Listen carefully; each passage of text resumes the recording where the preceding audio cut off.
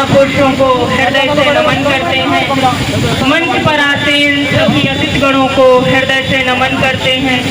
यहाँ पर उपस्थित सभी सम्मानित साथियों को हृदय से नमन करते हैं।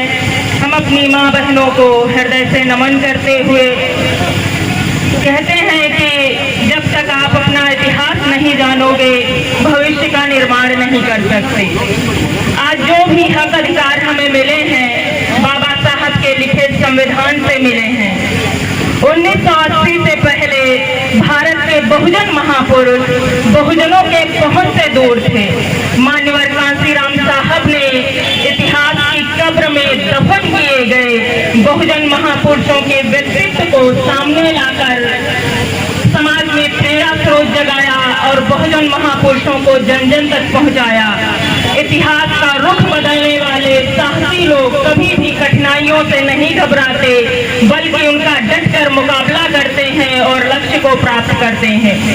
मान्यवर साहब ने कहा कि अगर हमें जिंदगी में किसी भी दिशा में आगे बढ़ना है तो सबसे पहले बहुजन समाज को हुक्मरान बनाना जरूरी है।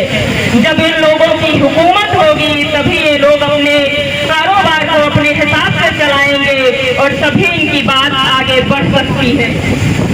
डॉक्टर बाबा साहब ने कहा, जो भी भारत का नागरिक है, अमीर गरीब राजा रंग जो भी है, सबको वोट का अधिकार मिलेगा। सबसे बड़ा अधिकार वोट का अधिकार।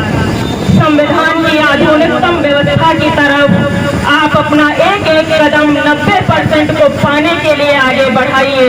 किसी के सामने गिड़गिड़ाने की कोई जरूरत नहीं है, क्योंकि लोकतांत्रिक व्यवस्था में सबसे बड़ा हथियार मतदान क्रांति है। अधिकार मांगने से नहीं, छीनने से मिलते हैं, संघर्ष करने से मिलते हैं। क्यों भीख मांगना गुनहगार की तरह, हक छीन लो हकदार की तरह। जब संविधान नहीं था तो बाल गंगाधर तिलक ने कहा था, ये तेली तमोली पुनघट ये संसद में जाकर क्या करेंगे, हल चलाएंगे। तो साहू जी महाराज ने कहा था कि बहुजन समाज को अपना संगठन बनाकर राजनीति में आना चाहिए, क्योंकि सारे नियम कानून कायदे यहीं से लागू होते हैं। डॉक्टर बाबा साहब ने कहा है, बहुजन समाज के लोगों अपने घर की दीवारों पर लिख दो कि इस देश के शासक आप होंगे। मान्यवर साहब ने कहा कि अगर न्याय चाहिए तो हुक्मरान बनिए, क्योंकि हुक्मरान समाज के साथ अन्याय और अत्याचार नहीं होता है। हम सभी जानते हैं कि सब्जी बनाते समय खौलते तेल में सबसे पहले उसमें तेज पत्ता डाला जाता है, जिससे सब्जी स्वादिष्ट बनती है, और खाते समय सबसे पहले उसी तेज पत्ता को निकालकर बाहर फेंक दिया जाता है। आज वैसा ही हाल हमारे बहुजन समाज का है।